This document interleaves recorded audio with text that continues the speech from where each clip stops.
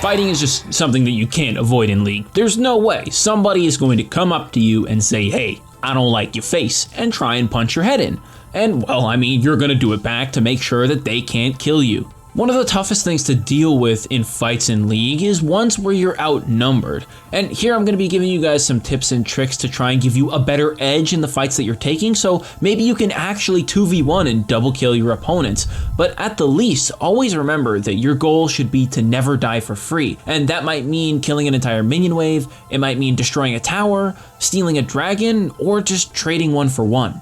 To find more tips on fighting and other core topics that are completely necessary in every single League of Legends games, make sure you go check out our website. And while you're there, we have plenty of other guides too, and all of them are made by Challenger level players, so you know you're getting the good stuff. But moving on to the good stuff in this video, the first thing I'm going to talk about is using minions and monsters to your advantage in any fight that you possibly can. And this comes in two different ways.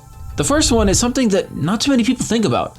A lot of the time, people are obsessed with the fact that minions can deal damage and help you out in trades, but don't forget that minions are also a body in the way, and so anytime your opponents have a skill shot or anything that can be reduced in some way by getting hit by another target, like say a Pantheon Spear or a Caitlyn Q, then you just need to make sure that you're using something that's in the way to reduce the damage that you're going to take.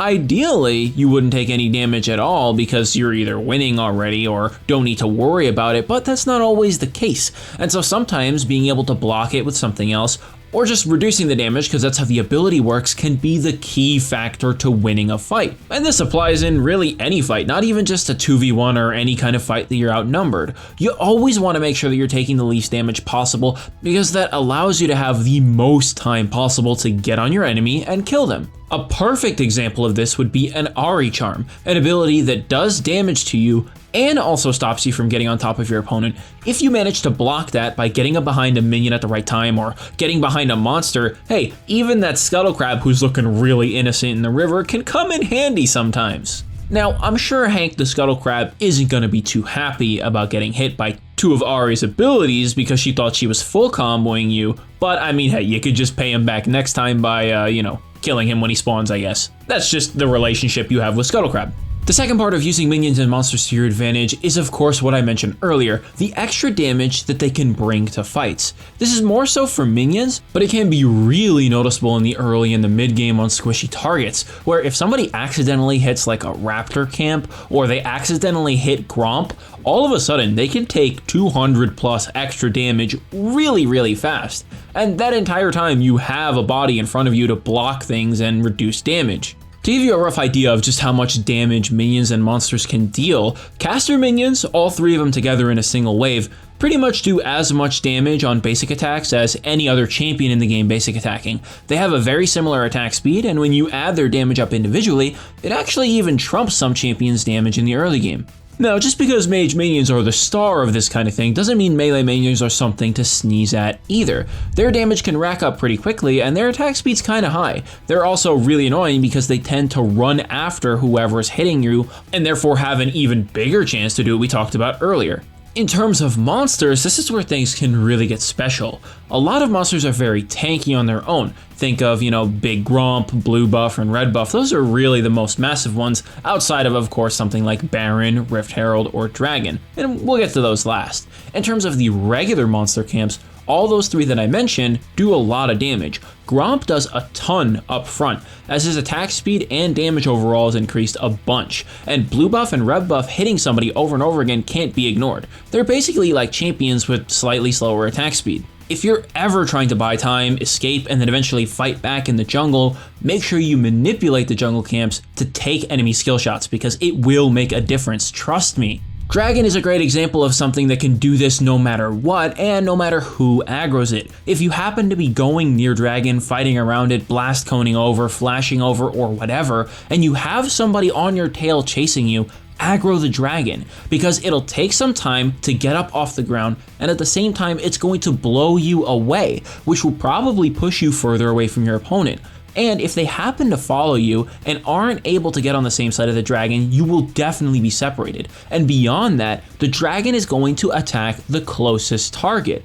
meaning if you get blown further away from the enemy because you're towards the outside of the pit, they are going to start taking auto attacks. And if it's something like an ocean dragon, a slow can absolutely save your life, or at least prolong it long enough that you can get a trade kill against them when you're outnumbered.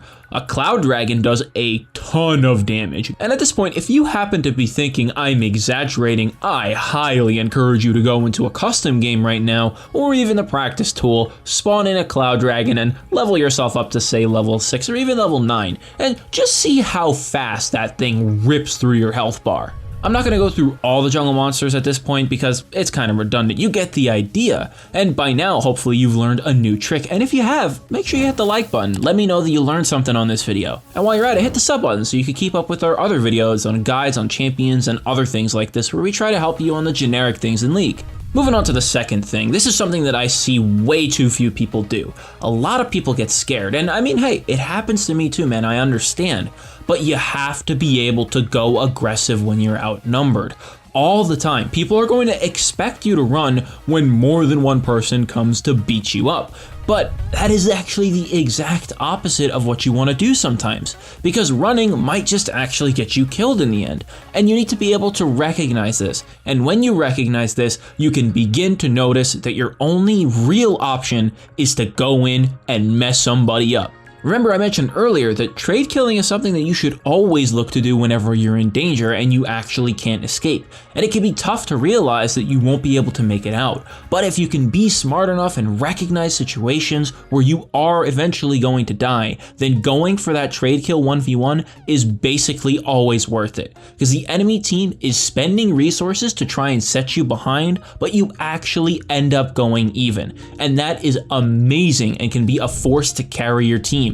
You can even go one step further and bait people into thinking you're running by manipulating vision in a lane by stepping into a brush while walking towards your tower, or even heading towards the alcove and making them think that you're gonna play super passive and try to get away. Hey, I mean, you could even just start walking backwards towards your tower and turn around with abilities that blink you inwards and get right on top of somebody right when they least expect it as they're trying to cut you off. All these are valuable examples on being aggressive when you're outnumbered, and a lot of the times they can pay off if you don't have any other option. Remember, don't be afraid if you're outnumbered. Always consider the aggressive option, and you need to make sure that you recognize the areas where you can't run away and at least try to get something by going in. The next tip kind of comes from the previous one and works together with it, and it's very, very important. Choosing the right target in a fight is huge, because if you manage to kill the enemy fiddlesticks before they get their ultimate off, well, you just kind of made one of their characters completely useless. And if you're in a 1v2, you just turned it into a 1v1. And that can be all you need to take over and destroy the game. This works in bigger fights as well, and can always be done when you're at a numbers disadvantage. It just gets harder the more people that are there, because it becomes more difficult to make up for one person missing when you have so many things being thrown at you.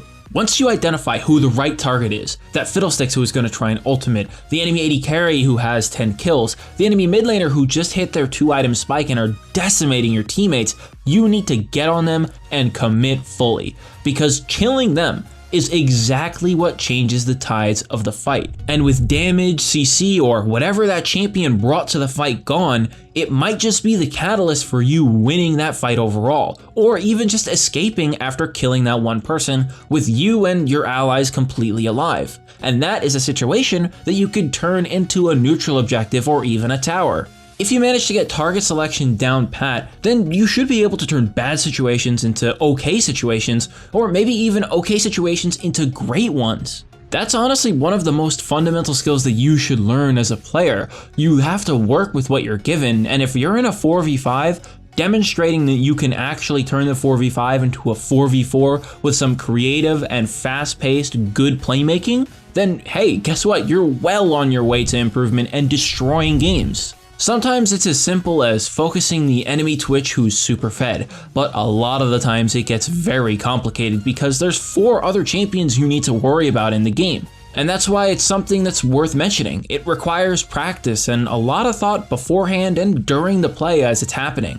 Speaking of stuff that's happening in the moment, one of the things that you absolutely must consider anytime you're going into anything remotely dangerous, you have to realize that the longer you live, the better almost every single time, especially if you're a damage dealer. But don't let what I'm saying diminish any of you support or tank or whatever players out there, because you guys are equally as important in this regard. Surviving longer to the point where you can get more of your cooldowns off on literally any champion in League is absolutely vital. I would say 75% of the time, a DPS race is not something that exists in the game that you're playing. And most of the time, it's a game of surviving what the enemy team can throw at you. And one of the most important things that you can be doing is dodging skill shots and not allowing yourself to be hit by, let's say, anything other than auto attacks, which are literally undodgeable, and I guess point and click abilities. Some champions get really hard punished by this. Think of something like Ezreal, who loses out on mobility and damage anytime they miss a Q. Others are a little different, like say an Orianna, who if you manage to dodge her abilities, you probably don't even feel anything and aren't worried because she's not in a position to hit you with anything and she can't even use her ultimate on you. And in the downtime of you dodging their abilities and having been in a position where they were trying to go aggressive on you, you now open up an opportunity for you or your allies to get on top of them because they decided that it was no longer in their best interests to focus on dodging and were instead just trying to deal as much damage as possible. But like I said earlier, dealing as much damage as you possibly can doesn't mean anything if you don't actually kill the opponent or get anything done. If you're playing a champion who's even remotely squishy and you try to just dish out the sickest combo of your life, let's say you're hard smurfing it up on Gangplank, you get a quadruple barrel ulti combo on 4 people, but you end up just getting blown up and do maybe half their health, and the entire enemy team is alive, then it might not be enough, and you probably should have just backed off instead of trying to go in with some crazy stuff that didn't really end up working. This can be one of the hardest things to understand in League because it feels right. You want to get the combo off, you have the lineup, you got all your damage landing, but if you're by yourself and you're outnumbered, sometimes it's just not enough. And you need to play it slower. Playing it slower allows you to wait for your cooldowns. You could do that barrel burst damage a couple times. Use your ulti to slow down the enemy as they walk into you to buy you even more time. All of these things can be done to improve your chances at winning a fight and getting a playoff. And actually, in the example that I just mentioned, I'm doing all 3 of the other things that I mentioned and dodging at the same time. I'm using barrels to slow people down, but I'm still being aggressive and dealing damage to them, and using my ultimate to do the same yet again. I'm also trying to choose the right targets to deal damage to people that I need to in order to be able to turn the fight around and buy more time. And I'm not just being a sitting duck, I'm maneuvering around things that are in my way and trying to use minions or monsters to block things that are really important at the same time.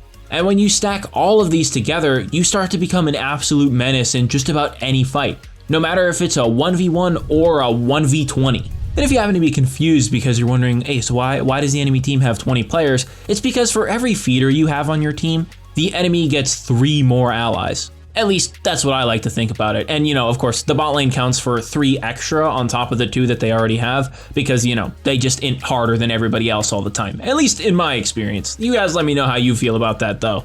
But for now, that's all the fighting tips that I can give you, and hopefully it's the edge that you need to be able to take over and win them in your games. But to find something that can give you an even greater edge, you should definitely go check out our website, GameLeap.com, where we have tons of guides that are all done by challenger level players. I mean, really guys, it's a no-brainer. We have so many videos and we're always releasing more. So even if you don't find something up there right now that you absolutely need, like a guide on a specific champion who's maybe kind of unpopular, it'll be there, don't you worry. And of course, as always, my name is Ace Windstorm, and I will see you all later.